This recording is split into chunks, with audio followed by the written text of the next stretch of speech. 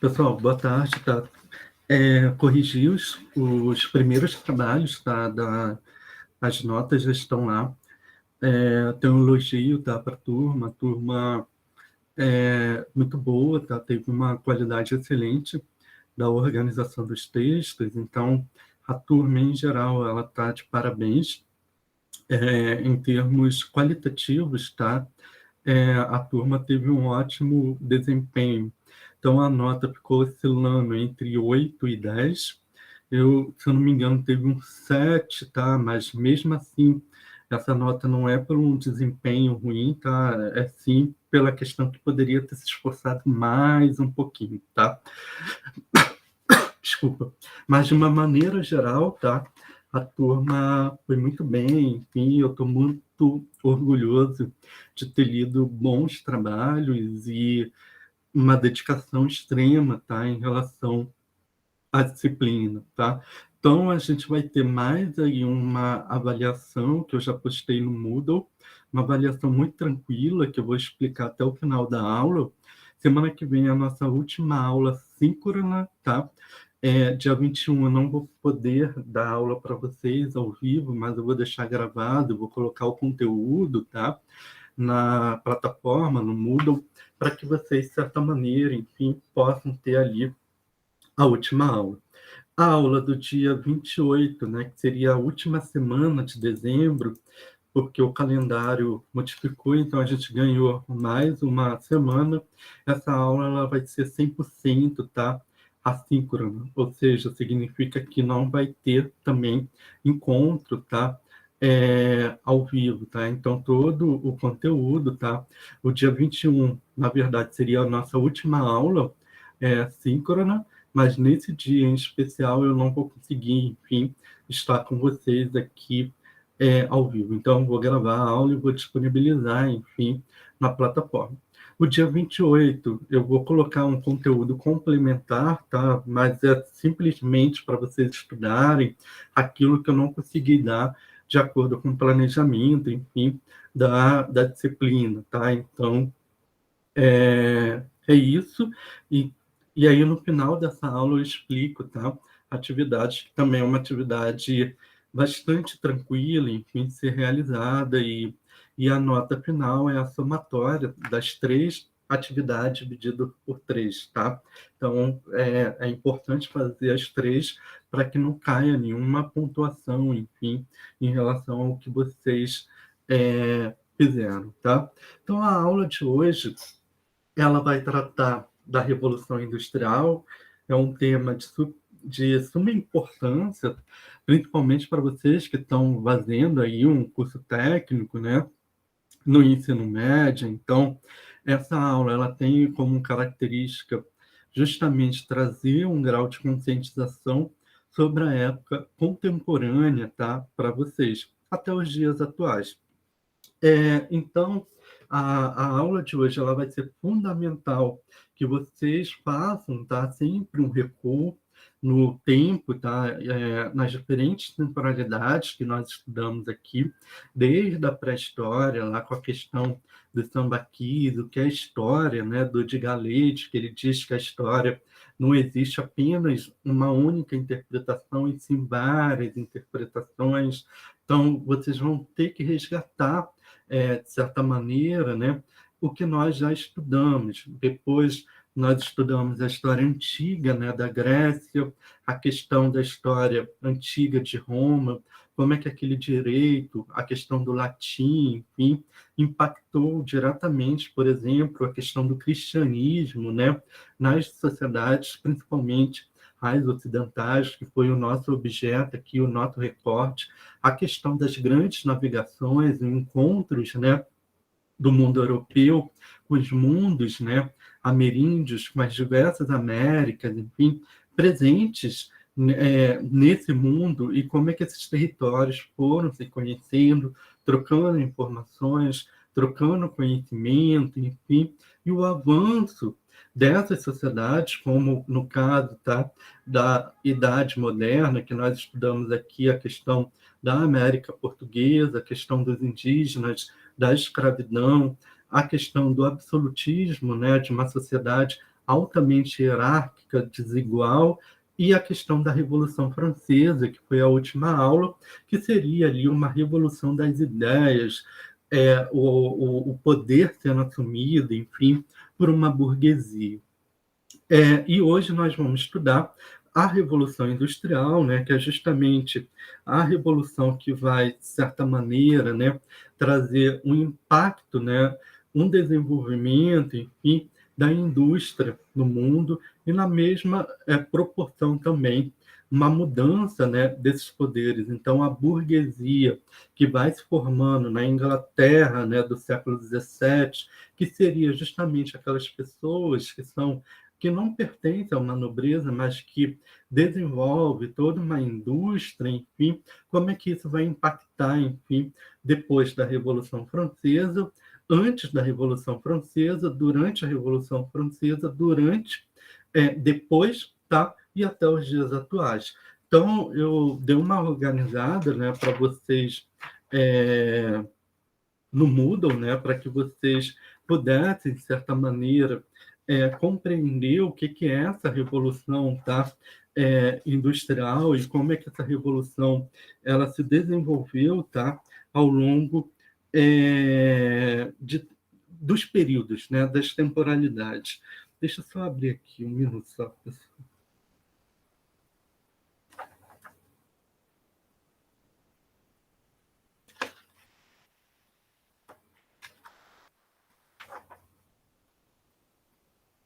Então, essa revolução industrial, ela vai ter algumas fases, né? A primeira fase dessa revolução industrial, ela seria, tá?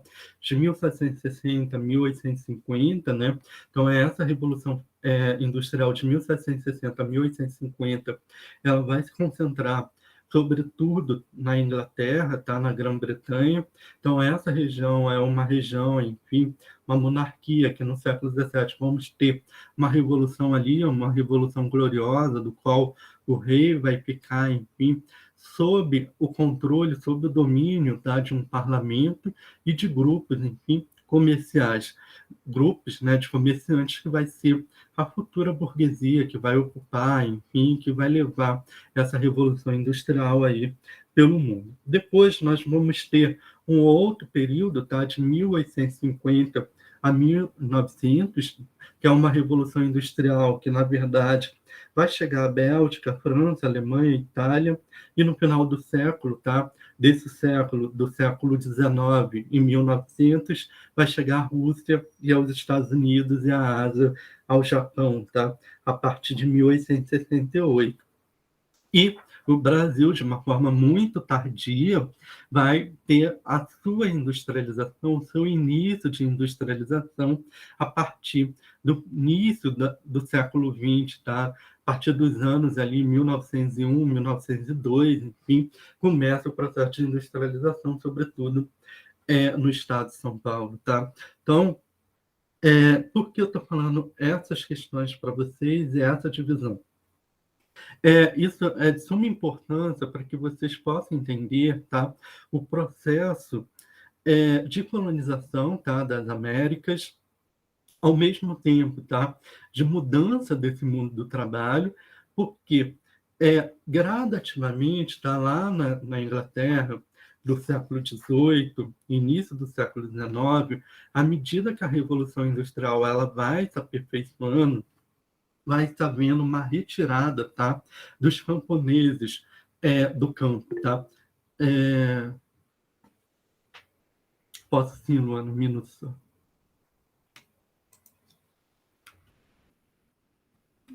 Vai estar havendo uma retirada, tá, desses camponeses do campo e vão levando eles, tá, para a cidade. Vai estar havendo um incentivo, né, governamental, justamente de acabar, né, restringir essas pessoas ao acesso à terra e gerar o quê? Mão de obra na cidade para que essas pessoas possam trabalhar na fábrica, tá? E aí vamos ter um processo, tá, dessa revolução industrial inicial, que seria o artesanato, né, que é uma fabricação caseira. Depois vamos ter a manufatura, né, também, que a manufatura já é uma produção em larga escala, ou seja, o que seria a manufatura? Eu vou sim, Gustavo, eu também considero, tá?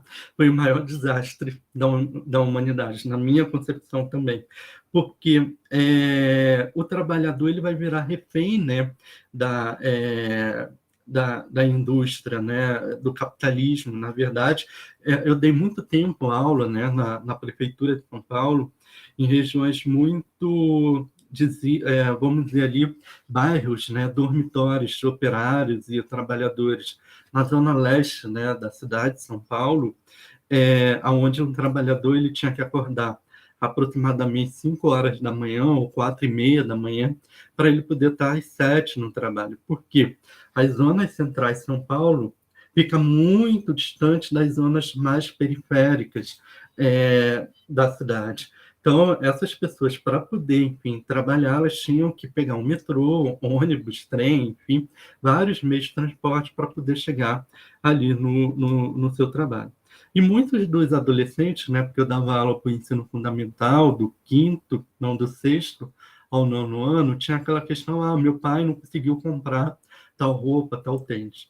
E essa aula de Revolução Industrial ela era fundamental, né, justamente para criar um grau de conscientização em relação ao mundo do trabalho. Eu sempre dizia, olha, cuidado ao que você pede ao seu pai, porque se você vai pedir um tênis de R$ 1.000, o teu pai ele vai ter que trabalhar X horas, que é o salário que vai corresponder ao consumo desse produto, né? Então, é sempre muito importante essa aula de Revolução Industrial, justamente para trazer essas reflexões, e uma dessas reflexões é a questão da cidade. A cidade ela não é projetada de forma assim a trazer, né, apenas benefícios, né, para a humanidade.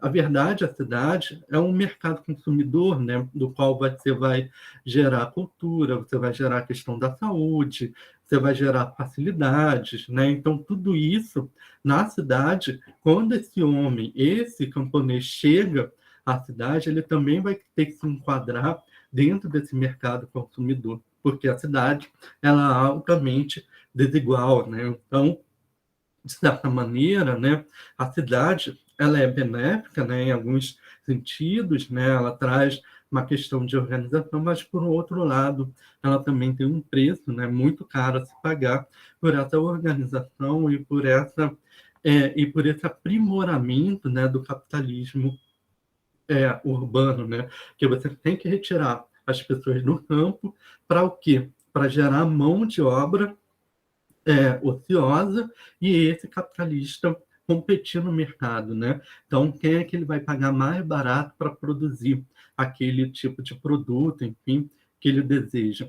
E aí eu considero assim, um desastre, Gustavo, justamente nessa perspectiva, né? Eu acredito que o professor Leonardo esteja trabalhando com vocês, né? A questão da sociologia, o toyotismo, enfim, como é que tudo isso, enfim, impacta diretamente, enfim, nessa questão é, da Revolução Industrial. A Revolução Industrial ela tem muitos pontos positivos, mas ela também ela tem muitos, eu diria, mais pontos negativos, né, no sentido de gerar a desigualdade, porque o capitalismo é um sistema que cria e se recria muito rapidamente.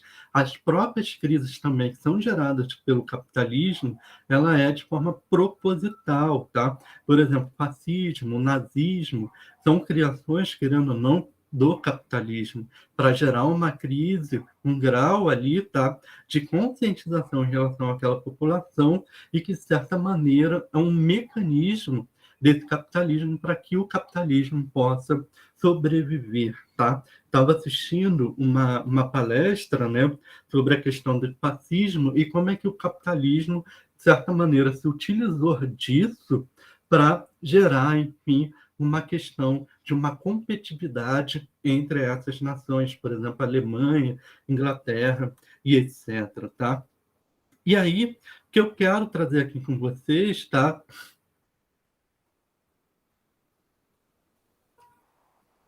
Manifeste Ted Kaczynski. Deixa eu ver aqui, um minuto. Deixa eu só olhar aqui se eu já li, tá, o Gustavo?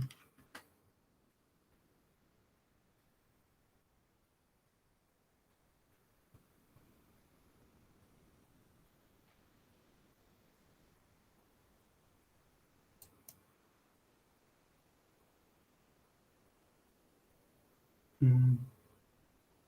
Um terrorista, matemático, professor. Sim, sim.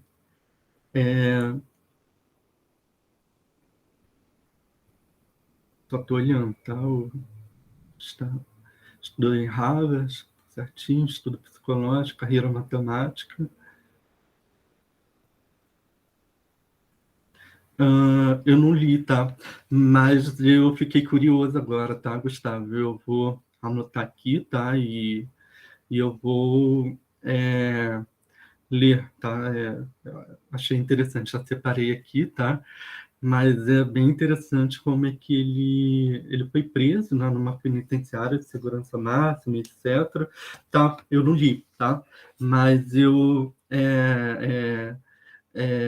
achei interessante o que você aponta, tá? Porque isso também nos leva a pensar como trabalhador, por exemplo, eu sou filho, né, de trabalhador, de operário, eu também sou um trabalhador da educação, sou assalariado, né? No momento que você é assalariado, você é trabalhador. E muitas pessoas, elas não têm esse grau de conscientização, que eu acho que é um perigo, tá? Na sociedade. Quando você perde, você não tem noção da sua identidade e do seu lugar na sociedade, você acaba sendo vítima e muitas vezes até inocente diante do próprio sistema em que você vive, né?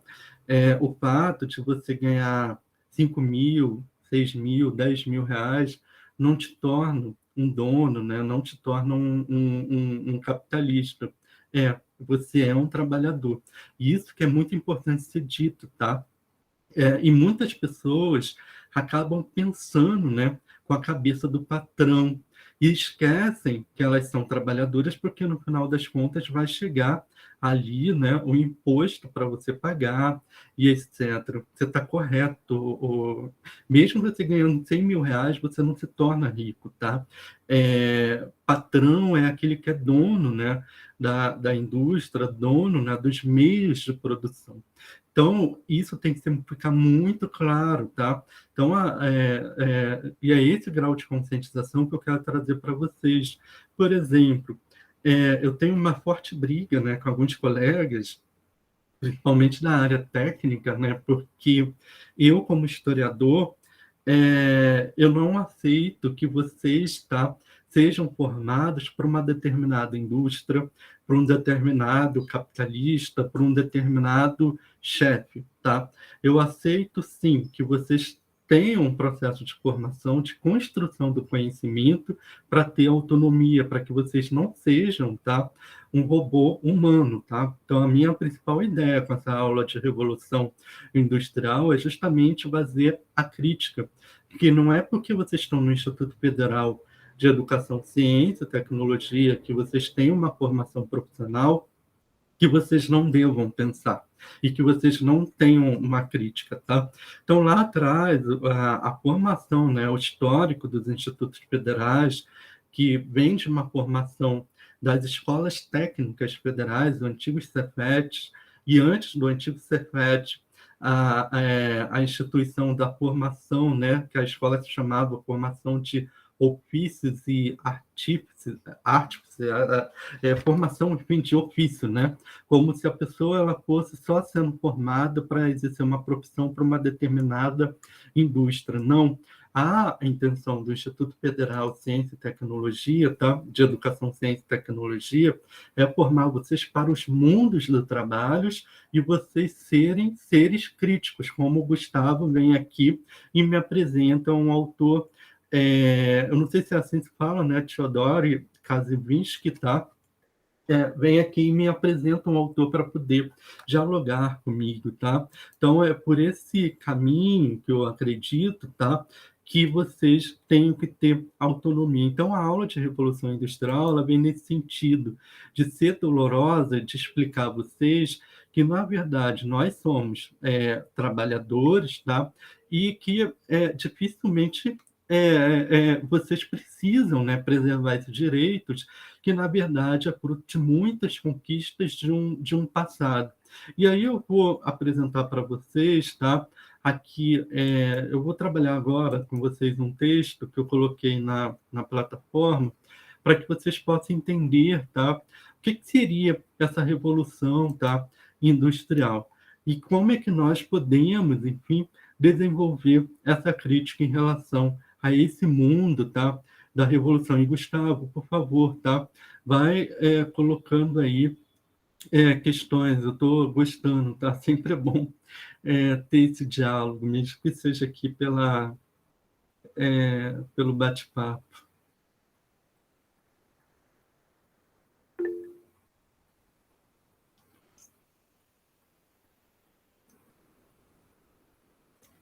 Vamos chegar lá.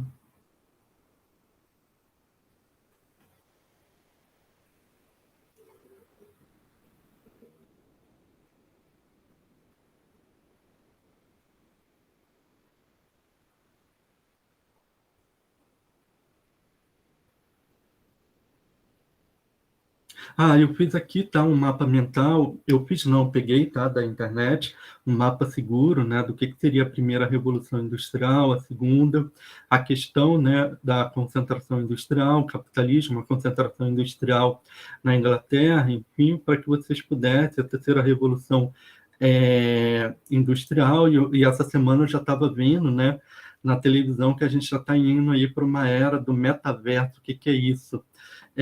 Você vai criar um personagem, né? E você vai poder, você pode estar em qualquer lugar do mundo e você vai poder entrar dentro de uma empresa, dentro de um colégio, enfim, como se fosse uma realidade totalmente real, mas dentro de um mundo virtual. Já está tendo especulação imobiliária do melhor lugar para ser vendido, tá? Dentro desse mundo virtual. Então, as coisas, porque o capitalismo ele vai se transformando, né? Ele tem a capacidade, a não ser como a era moderna, né? Que durou ali quase 500 anos e caiu através da Revolução Francesa, né? Vamos ver quando é que o capitalismo, de certa maneira, né, vai cair.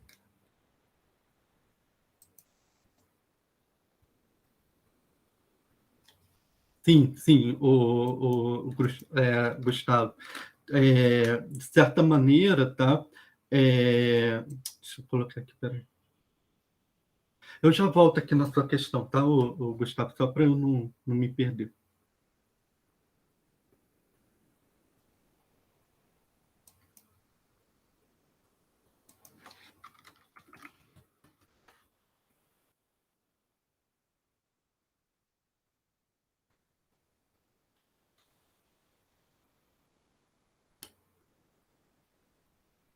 De certa maneira, tá, a Revolução Industrial ela tem esse caráter, né? E aí o movimento tá, sufragista, né, que o Gustavo está dizendo aqui, é um momento que eu diria, tá, o Gustavo, que vai acontecer na segunda Revolução Industrial, porque na primeira Revolução Industrial vai ter uma exploração, né?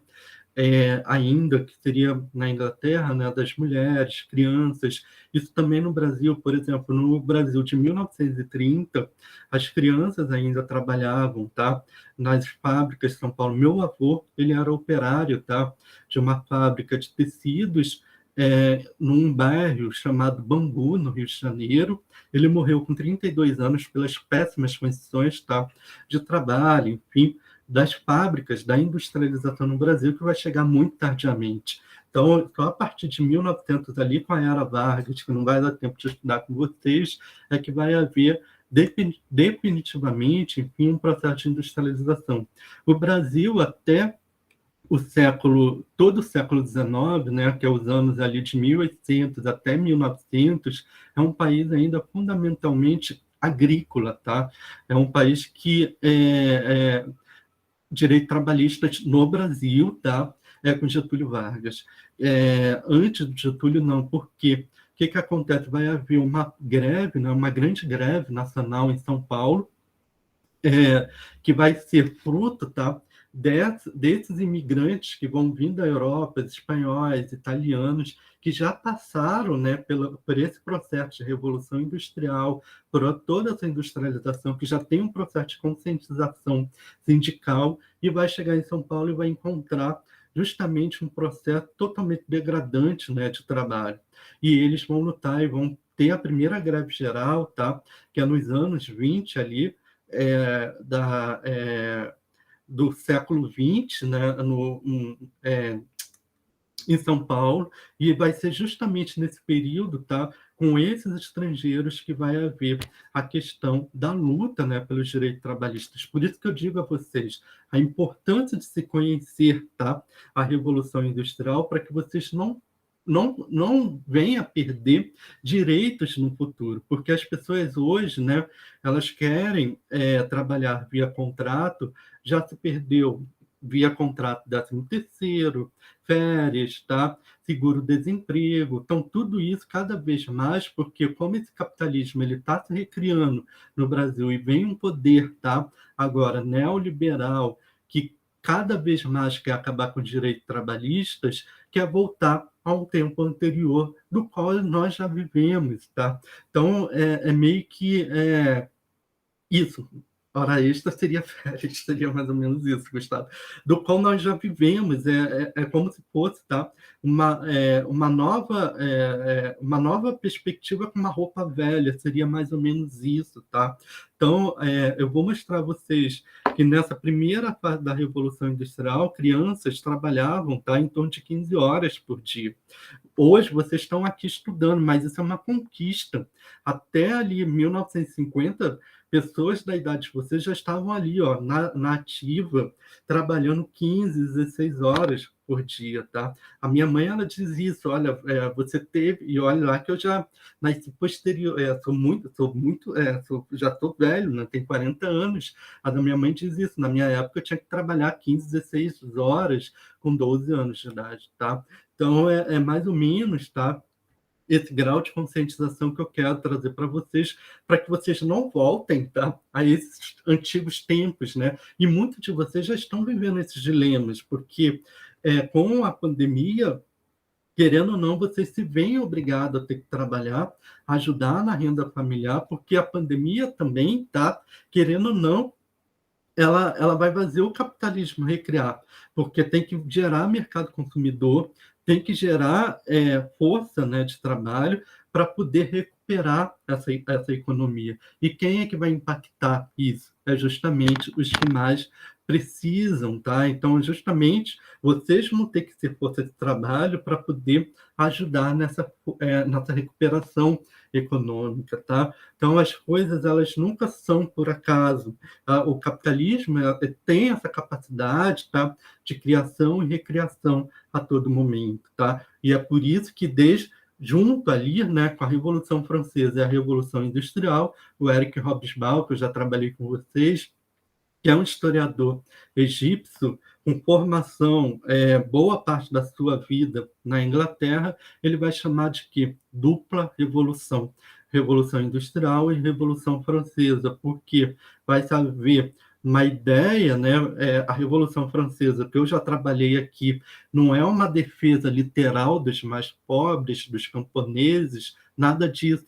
É uma defesa de um grupo, de uma burguesia, de uns capitalistas, enfim, que querem esse grau de liberdade, enfim, para poder, enfim, dominar esse capital.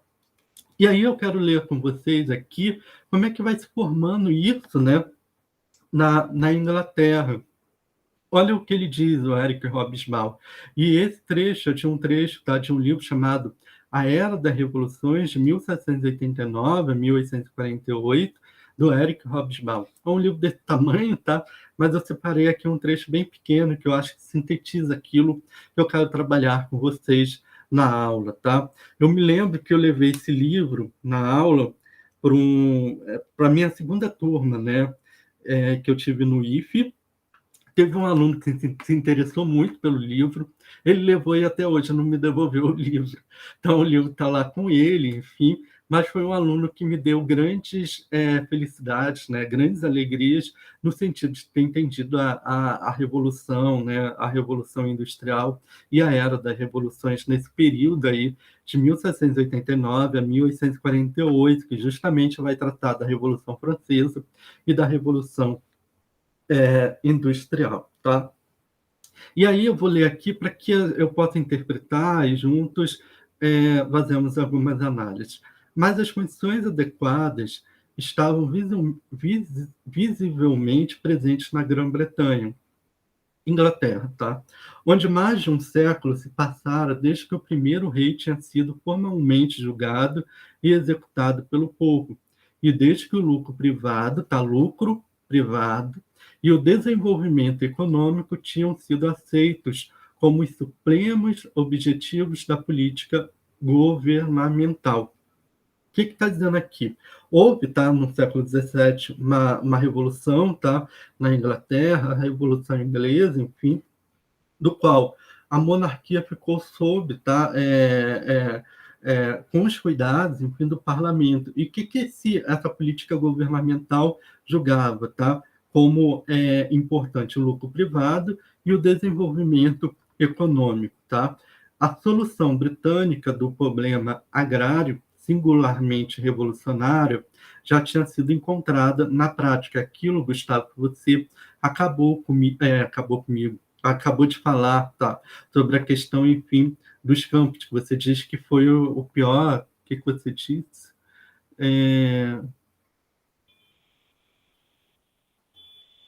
Foi o maior desastre da humanidade. E da onde começou esse movimento, tá?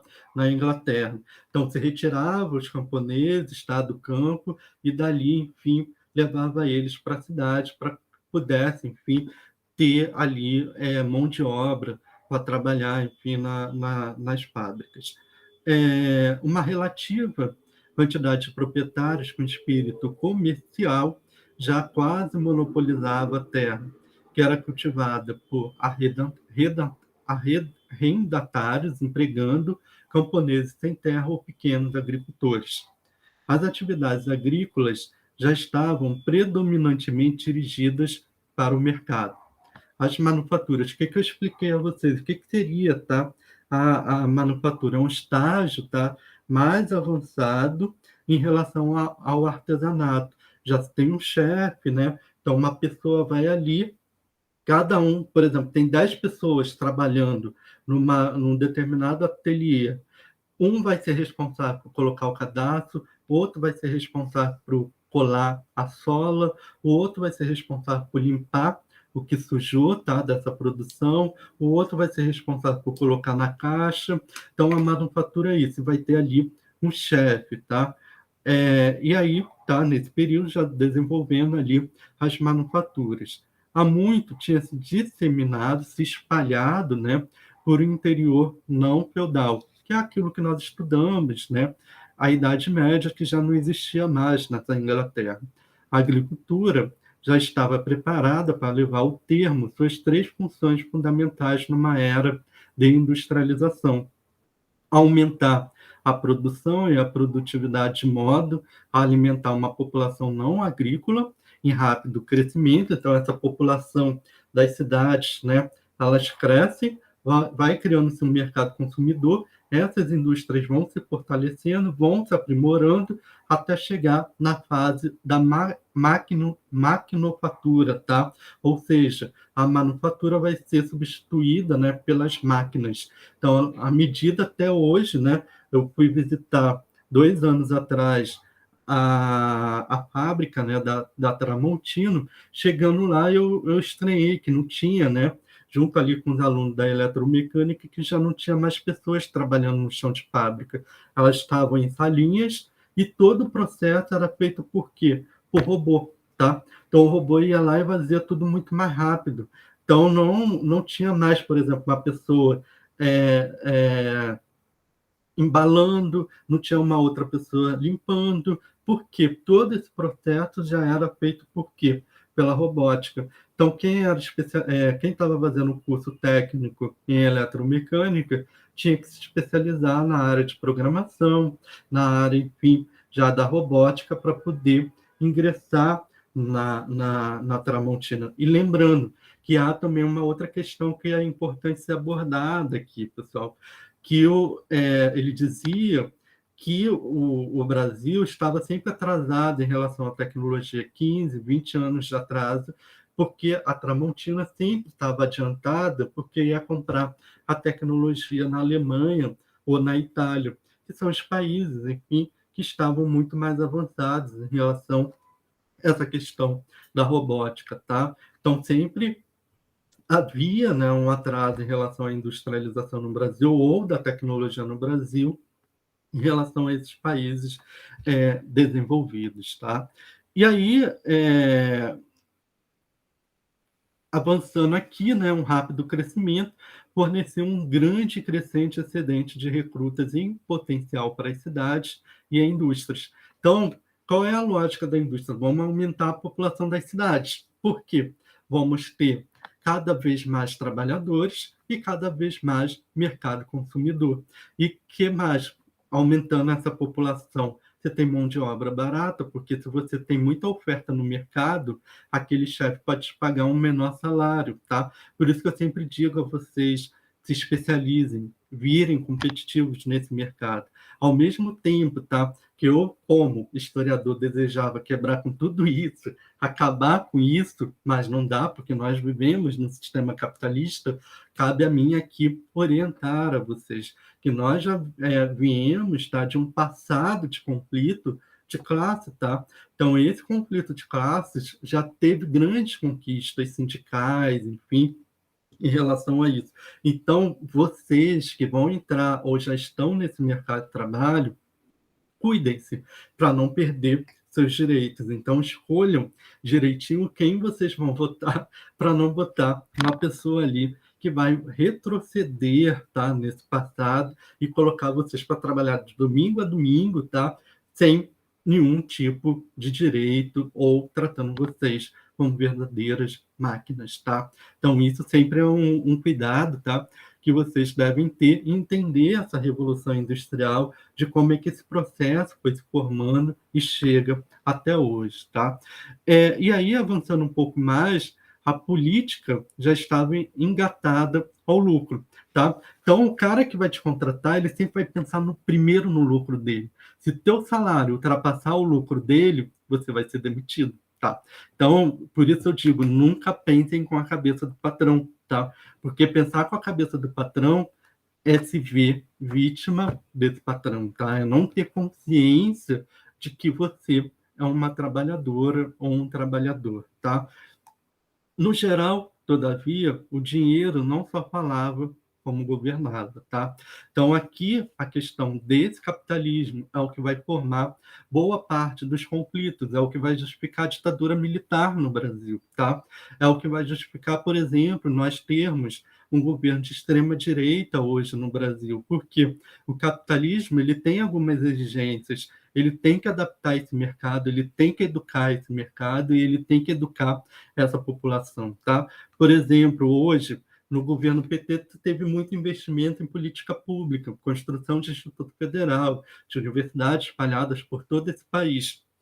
Hoje, o capitalismo ele está dizendo, olha, nós fizemos esse investimento público no passado e agora vocês têm que pagar a conta desses trabalhadores, tá?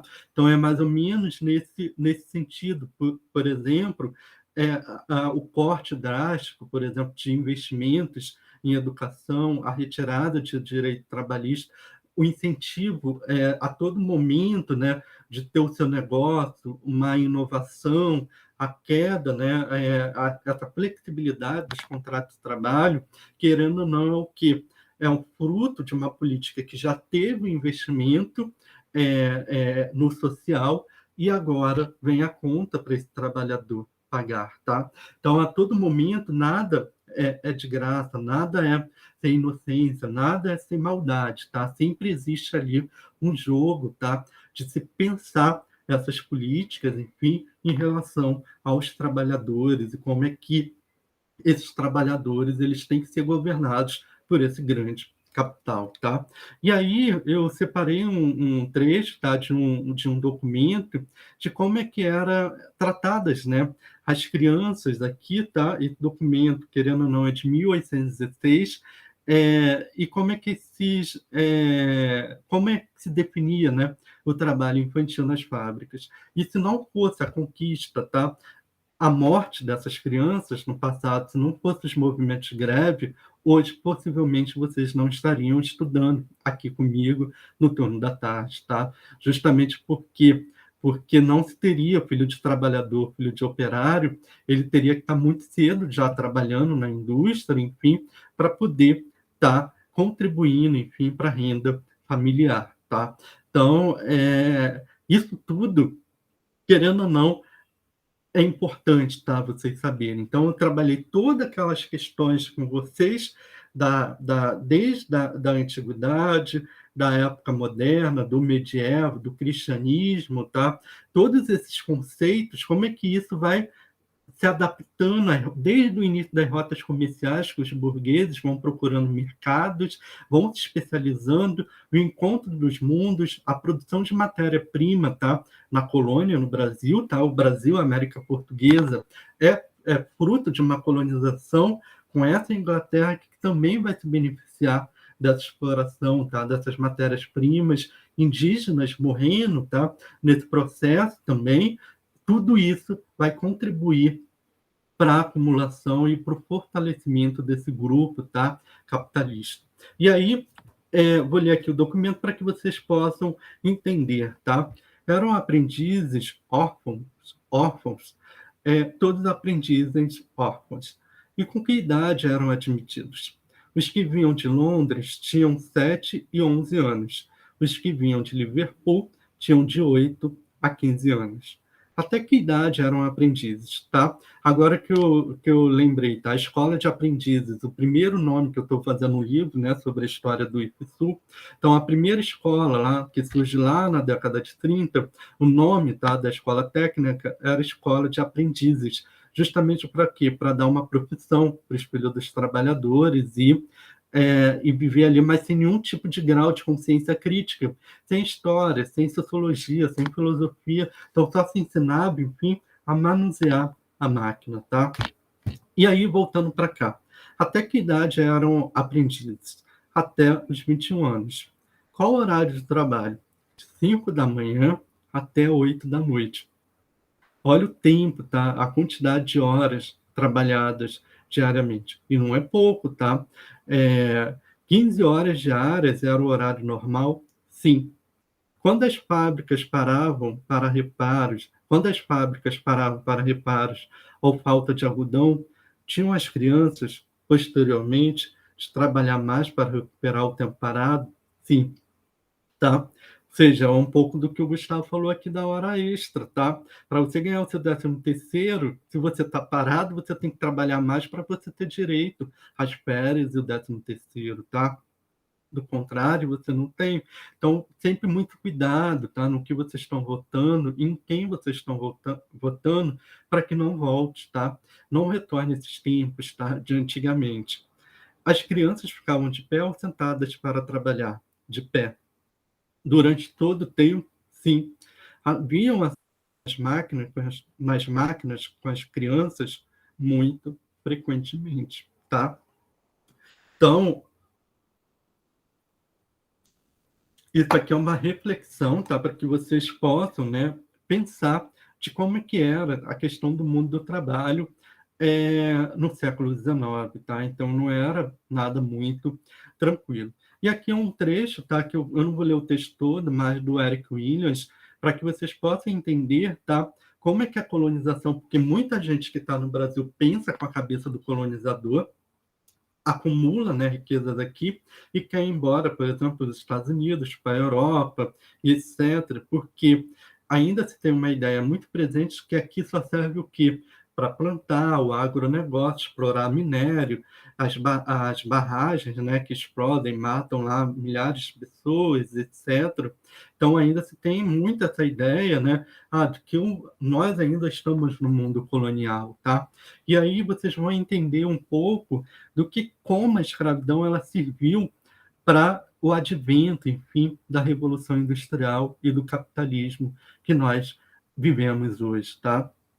Nesse comércio triangular, seria o quê? O comércio triangular seria Portugal, África, Brasil. A Inglaterra fornecia as exportações e os navios. O que seriam as exportações? As mercadorias, tá? Sempre é muito importante. Seriam o quê? As manufaturas, que cada dia mais vai se especializando lá. Mas a Inglaterra não tem uma quantidade tão alta de colônias como tem Portugal e a Espanha, tá? E Portugal e Espanha não quer saber de indústria, proíbe, tá, qualquer tipo de industrialização no Brasil, porque ao longo de toda a colonização era proibido estabelecer qualquer manufatura aqui. Todos os colonos tinham que comprar as manufaturas vindas de Portugal. E essas manufaturas elas não eram produzidas em Portugal, e sim na Inglaterra. Então, o que Portugal fazia? Aqui era uma colônia o quê? Uma colônia de exploração. Então, se tinha, né, diversas fazendas, né, de plantação de açúcar, de arroz aqui no sul, de charque, de minério, de ouro nas minas, tá? Então, essa exploração, na verdade, não gerava um processo de industrialização, porque era proibida, tá? A industrialização na América Portuguesa.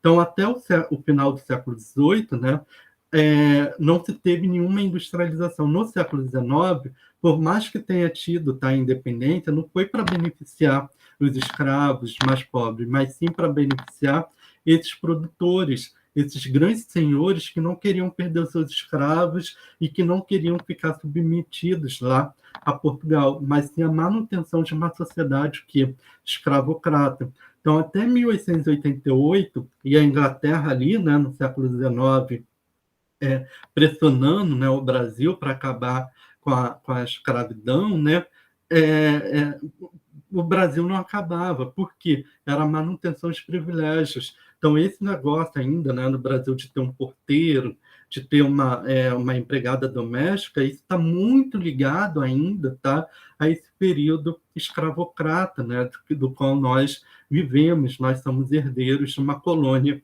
de exploração. O agronegócio, né, propaganda que é feita, né, na televisão, agro é pop, é tech, é isso, é aquilo, que não sei o quê, é justamente o que ainda vivendo, né, fruto de uma grande colônia de exploração, do qual pouquíssimos têm grandes porções de terras e muitos passando fome a tal ponto de comer osso, né? Porque um dono uma pessoa é dona de grandes porções de terra e vai vender toda aquela produção, enfim, em dólar. E a tecnologia, a ciência, ainda não se tem o investimento, tá? Então, aqui no caso, tá? Quem é que fornecia as exportações dos navios? A Inglaterra. A África, o que ela fornecia? A mercadoria humana, que seria o quê? Os escravos, as plantações, a matéria-prima colonial, tá? É, o navio negreiro zarpava, né? Saía da metrópole, que seria Portugal, com uma carga de artigos, né, manufaturados. Quem é que abastecia as, as manufaturas? A Inglaterra. Estes eram trocados com lucro, né, na costa da África, por negros. Então, ia lá, dava uma mercadoria, né, manufaturada, produzida pela Inglaterra, mas quem fazia isso eram os portugueses, eram os espanhóis, trocava por negros, que eram traficados nas plantações aqui no Brasil, que se tornava o quê? Mão de obra, escrava. Um outro lucro em troca de uma carga de produtos coloniais a ser transportados para a metrópole. Qual seriam esses produtos coloniais? Açúcar, arroz, carne, charque, ouro, tá? Prata do Peru. À medida que o volume do tráfico aumentava, o comércio triangular era completado. ou seja, Inglaterra, né, Portugal, África, Brasil, América, ou seria ali o Haiti, a Argentina, né, que são os países subdesenvolvidos, né, países de terceiro mundo, mas nunca suplantado, nunca encerrado por um comércio direto com as Índias ocidentais, trocando-se diretamente artigos de fabricação metropolitana por produtos coloniais. E aí, né, ele diz aqui, né, os lucros obtidos forneceram um dos principais fluxos dessa acumulação de capital na Inglaterra, que financiou a Revolução Industrial, tá? Então, isso é de suma importância. O Brasil, que viveu, que foi uma colônia de exploração, foi fundamental, porque o Brasil tinha, comprava escravo, comprava as manufaturas, ou seja, importava todos os produtos. E com isso, quem é que ficava rico? Os burgueses, tá? Ingleses, porque não eram os portugueses. Os portugueses, eles tinham lá aquela nobreza, né, de antigo regime, que não queriam trabalhar, não se preocupavam com a industrialização, com nada disso, tá? Então, e aí isso deu o que? O advento da Revolução Industrial. E por isso que eu digo, tá? Não adianta, se a gente não entende esse movimento, nós não vamos conseguir superar o nosso passado colonial. O nosso passado, que é um passado altamente desigual, tá? De invasão, enfim, a terras indígenas, porque acontece hoje, se justifica, por exemplo, uma empresa de mineração ir lá e poluir tudo, porque esse ouro, esses diamantes não ficam no Brasil, eles vão abastecer esses grandes mercados, tá? Da Europa, dos Estados Unidos, os mercados mais ricos, enfim, do mundo, tá? Então, isso é de suma importância para que vocês possam entender e, querendo ou não, romper, né, com essas imagens. Aqui, né, o início, né, algumas imagens que eu coloquei para vocês, dessa revolução, né, industrial. Então, no início, a gente tem a questão do carvão, a questão da própria poluição, né, péssimas condições de trabalho, a importância de se entender o papel da mulher, né, nessa revolução industrial, e não como uma questão, enfim, de igualdade de gênero, mas pela desigualdade de gênero, tá? Então, o trabalho da mulher era muito mal remunerado, enfim, então havia uma exploração, enfim, desse trabalho feminino juntamente aqui com as crianças, tá? Então, que é um outro aspecto cruel, enfim, dessa revolução industrial. Aqui, né, as péssimas condições de trabalho, mas ao mesmo tempo se indica como era, apesar de já ter máquinas aqui, ainda se havia a questão, enfim, da divisão, enfim, do trabalho por um número, tá, maior de pessoas. Agora, né, eu coloquei aqui para vocês um jogo, tá, para que vocês possam, né, sempre lembrando, tá, teve alguns trabalhos que falaram dos poucos recursos, né, ali do jogo é, do sambaquis, mas lembrando, tá, as universidades, os institutos federais estão com seus recursos muito reduzidos, o investimento, tá, em ciência é cada vez menor e cada vez menos, então tem se feito o que se pode, né, dentro disso, dentro dessa perspectiva. Então, também é importante vocês terem essa realidade, porque vocês, por exemplo, são alunos do Instituto Federal, cada um de vocês aqui poderiam estar desenvolvendo uma tecnologia, um projeto, né, específico, por exemplo, para ajudar nessa igualdade social. Mas pela falta, né, de recursos, falta de investimento, isso cada vez está se tornando cada vez mais raro, né? Eu sei que muitos aqui já estão desenvolvendo projetos na área de informática, na área de eletromecânica, mas isso poderia ser muito mais impulsionado, né, no Brasil. Mas pela falta de recursos, enfim, nós estamos ficando cada vez mais para trás nesse sentido, tá? Então, eu vou mostrar agora, né? E aí isso vai impactar também nos jogos. Mas é interessante vocês aproveitarem, enfim, esse momento para que vocês possam aprender, tá? E agora eu vou passar o filme, né, para que vocês possam entender tudo que eu falei demais. Eu quero agradecer ao Gustavo por ter interagido hoje bastante comigo, tá? Para para que vocês possam entender um pouco, tá? Desses mundos aí do trabalho na Revolução Industrial. E aí é sempre bom passar imagens, enfim, para que vocês tenham um entendimento mais claro, enfim, do que eu estou falando, porque só falar também acaba cansando também vocês. Um minutinho, deixa eu parar aqui e apresentar.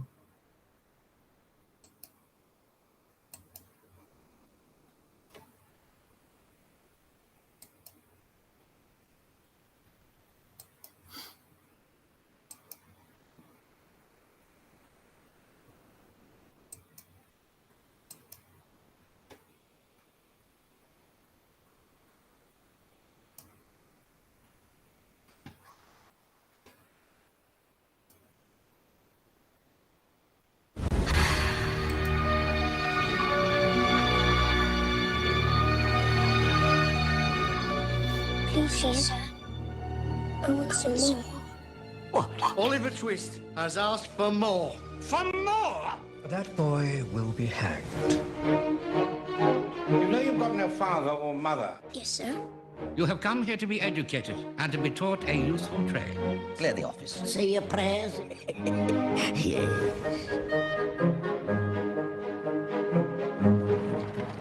My name is Jack Dawkins, better known as the Artful Dodger. Oliver Twist. Why are you known as the Artful Dodger? That's why. Oliver Twist. I hope I have the honour of a more intimate acquaintance. Come on, Oliver, join us. Put yourself under Fagin and you'll be able to retire and do the genteel. Police are engaged in searching for Fagin and William Sykes, a well-known dangerous villain. You know what this is? You're famous, Fagin.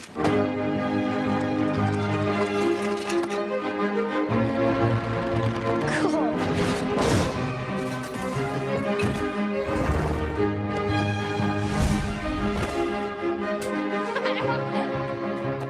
Thank you, sir, for your kindness. I'll always remember it.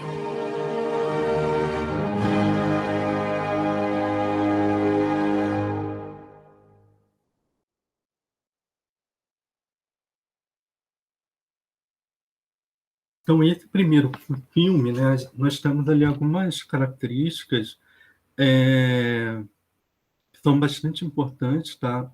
Uma delas, se eu estivesse em sala de aula, eu ia perguntar a vocês, mas eu não estou. Então, é difícil fazer essa pergunta aqui. Uma delas, tá? A primeira é uma que eu acabei de falar, né? Que vem da antiga Escola Técnica Federal de formar um ofício, né? Ou seja, aquela pessoa ela tem que ser útil, né, na sociedade. Então, é uma criança órfã, né? E, de certa maneira, ela tem que ter uma serventia, né, para a sociedade. Então, esse seria ali um primeiro elemento, né? Um ofício que vai atender a essa indústria, a esse capital e vai colocar ele num determinado lugar. A segunda ali, né, eu não sei se vocês perceberam, né, é a questão de questionamento, né, dessa sociedade, desse modelo, né, social, enfim. Então, ele vai tentar trapacear e etc. E a questão, por exemplo, das instituições de controle. Então, em um determinado momento ali do trailer, só estou falando do trailer, tá? Não assisti o filme. Do trailer, ele vai falar da polícia. A polícia também é uma instituição de controle, né? Que não existe na Idade Moderna e vai passar a existir na Idade Contemporânea, né? Justamente para que possa controlar essa população que vem do campo e vai ocupar essa cidade, tá? Então, hoje nós temos monitoramento de câmeras por toda a cidade, enfim, justamente para quê? Para que tenha um controle. A escola, querendo ou não, uma outra instituição também de controle, né? Por exemplo, vocês têm que ser formados, vocês têm que ter uma utilidade, né, na sociedade. Então, todo e qualquer ser humano tem que ter uma utilidade, enfim, para esse tipo, enfim, de organização social. Vou avançar aqui no outro, tá?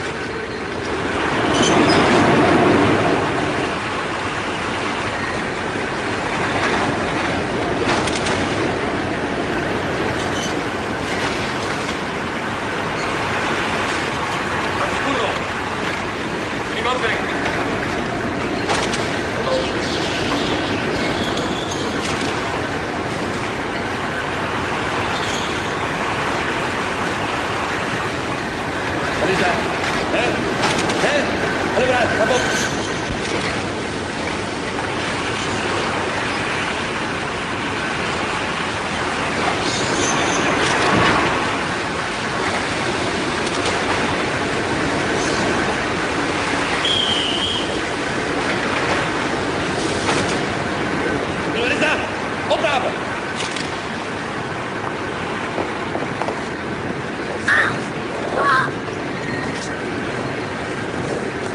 Als ik moet werken, kan ik u niet gebruiken. Allee, pak dat weg. Pak dat weg, kom. Hoer, jong. Leg eens. Dan ga je 20 centiem boete. Maar ik heb niks gedaan. 20 centiem boete, of ik er ook uit.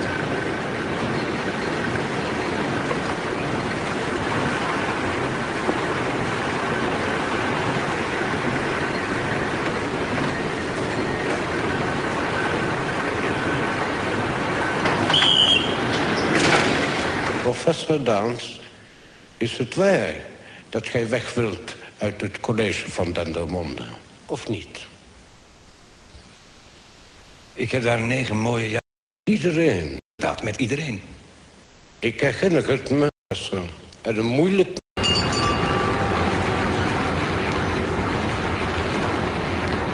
de naam des Vaders en des Zoons en des Heilige Geestes. Amen. Mogen de heilige Ursula onze fabriek beschermen en bewaren in deze moeilijke tijden. Wees gegroet, Maria, vol van genade, de Heer zij met u.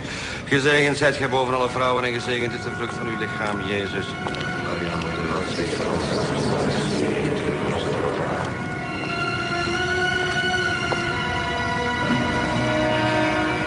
Kijk daar, draai!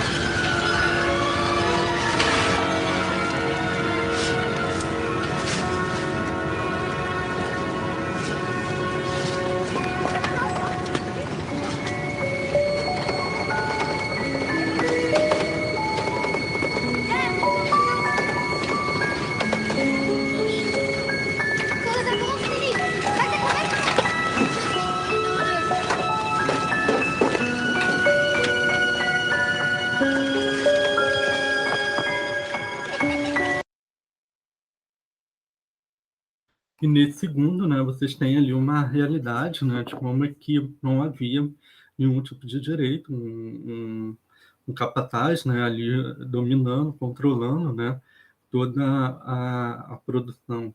E crianças, enfim, mulheres, vítimas também, né, de assédio, então uma série de questões, enfim, que não poderiam as pessoas disputando o mínimo, né, o pouco que seria ali o carvão, enfim, para colocar essa fábrica em funcionamento, tá? Então, é isso, né, que nós temos que tomar cuidado para que o nosso país, nesse processo de industrialização, não se torne, né, o que já foi também aí no passado, tá? E vocês, sempre eu digo, né, resistam ao capitalismo, mas não deixem de estudar, de se especializar, de se aperfeiçoar, tá? Porque o capitalismo, ele se cria, se recria o tempo inteiro. E se você não acompanha esse movimento, tá? Você vai sendo jogado para escanteio. Então, todo esse processo, você também tem que se tornar competitivo, tá? Diante desse mercado, tá? Então, é algo que, às vezes, eu estava perguntando, né, a uma amiga, estava dando uma palestra, falei, será que tem luz no fim do túnel? Ela me respondeu, tem, mas não sabemos quando, tá? Quando é que esse sistema, enfim, ele vai cair e se um dia ele vai cair? Porque ele tem uma capacidade altamente, tá, de recriação. E isso a gente viu, né? Ele conseguiu derrubar toda uma sociedade, enfim, de antigo regime. Tá certo, pessoal? Então, e aí o filme clássico, né, que eu acredito que todas e todos aqui já devem ter assistido, né, que é justamente aqui o Tempos Modernos. Eu só vou pegar um trechinho bem pequenininho, tá, dele para eu poder explicar a vocês.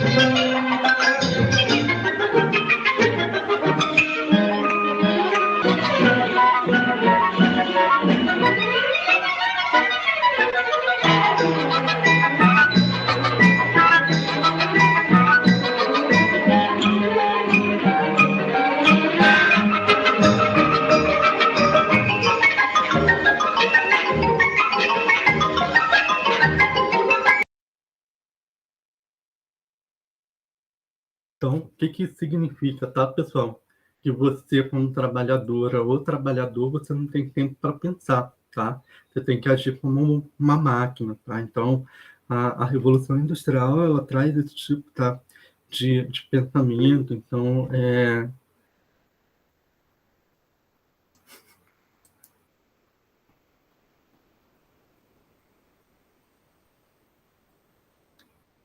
maçante, Luana. Sua mãe tem razão, tá? Então, quem trabalhou, por exemplo, em fábrica, quem trabalha, né, sabe muito bem dessa realidade. É um trabalho maçante, no sentido de você não conseguir ir ao banheiro. Então, por exemplo, nessa época aqui, tá, no finalzinho, no início, né, do século XIX, na Inglaterra, você não tinha o direito de parar para ir ao banheiro. Hoje, tem algumas fábricas que ainda exigem esse tipo de coisa, mas é proibido por lei. Tá? O teu direito trabalhista permite a pessoa ir ao banheiro, enfim, horário de almoço, e etc. Então, são essas conquistas que nós temos que ficar de olho para não perder elas, tá? Para que você não vire, né, esse retorno e essa pessoa, essa trabalhadora aí, desse período aí, do início da época contemporânea, tá bom, pessoal? Luana, obrigado aí pela contribuição, tem toda a razão, tá? E isso pode entrar ali, né, no trabalho que eu vou explicar agora, tá, Luana? Não deixa de explicar. Olha, Luana, o trabalho foi corrigido, tá? O primeiro, semana que vem eu vou corrigir o segundo, tá? Que é a crônica. Parabéns lá pelo trabalho.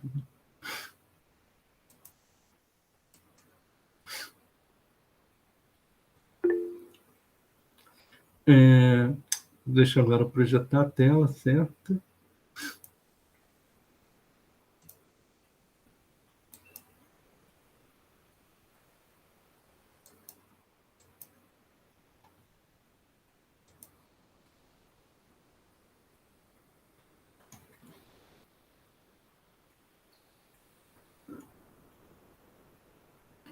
Pessoal, passei um pouquinho do horário, tá? Mas prometo a vocês que eu já vou acabar. Um minuto.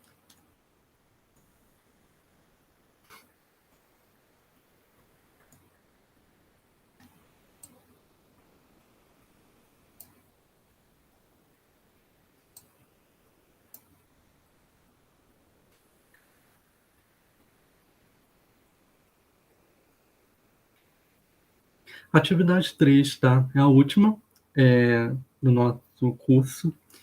Então, nós só temos mais uma semana de aula, outra semana, aula síncrona, tá?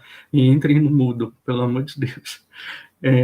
E assistam às aulas do dia 21 e do dia 28. Aqui, tá? Vocês vão fazer uma produção textual. Eu conversei com a professora Edilane, tá? Uma resenha sobre o mundo do trabalho na Revolução Industrial. E aí, essa resenha, na verdade, vocês vão escolher, tá? Pelo menos um dos trechos dos filmes, seria ali o trailer, tá? E mais o texto do Eric Hobsbawm. E aí vocês vão entregar em formato PDF, texto justificado, fonte Arial 11, extensão no máximo de 2 páginas. E aí vocês vão fazer a resenha e depois dar uma resenha crítica, tá? Que é justamente vocês falarem, né, sobre a questão, né, do filme, do texto, e depois vocês abordarem, né, de forma crítica o que seria esse mundo do trabalho, tá bom? Então, vocês vão dar ali a opinião de vocês. Aí a professora Edilane, ela já deu aqui a estrutura, né, de como fazer, isso aqui foi referência dela, tá? E é basicamente isso. Eu não sei se eu consegui explicar a vocês. Alguma dúvida, alguma questão em relação a isso? A entrega, tá? Não esqueçam.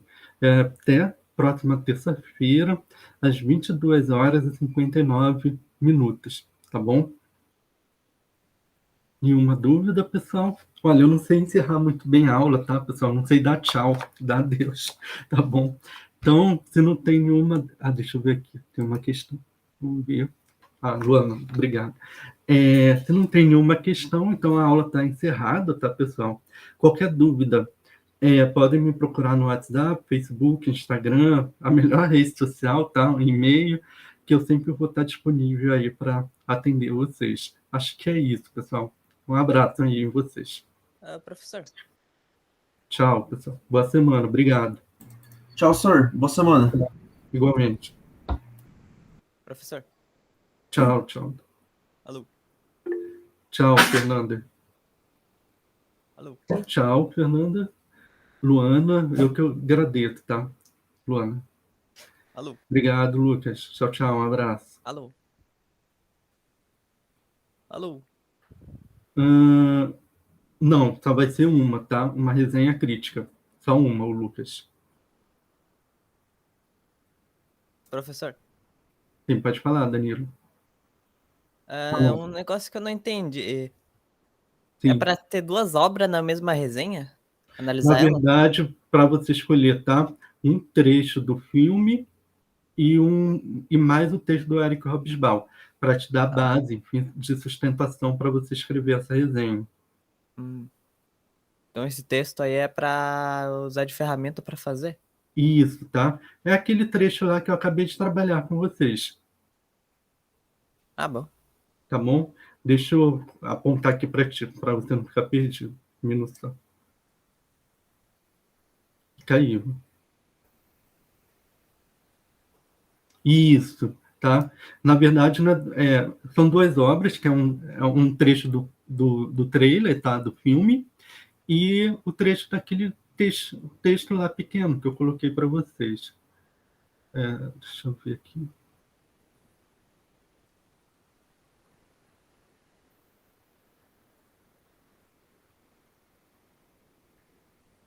Então, vocês vão escolher um desses 3 aqui, tá? Seriam 2 resenhas, basicamente, tá? Mas a do mesmo tema, é o mundo do trabalho, tá? E mais esse trecho aqui, desse texto. Acabou, tá? É só para vocês terem uma consciência do que é o mundo do trabalho e vocês poderem, tá? Dar uma opinião de vocês em cima do trecho do filme mais do texto. Deu para entender, Lucas e Danilo? Agora tá mais claro. Obrigado, professor. Certinho, tá. E Lucas, Tchau. Nada, que isso, qualquer coisa me procura. Sim. Isso, é mais pelo tema, tá? Mas eu quero que vocês falem do filme e do texto, tá, Lucas? Então, a resenha ela vai servir para você ter base para dar opinião. Não sei se você está entendendo o que eu estou querendo pedir.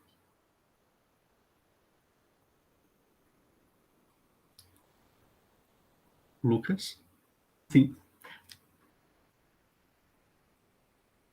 Isso, exatamente isso. Exatamente isso, Lucas. Exatamente isso. Ok? Tá? Apenas isso. Então, um abraço aí para vocês, tá? Tchau, tchau, pessoal. Igualmente, boa semana.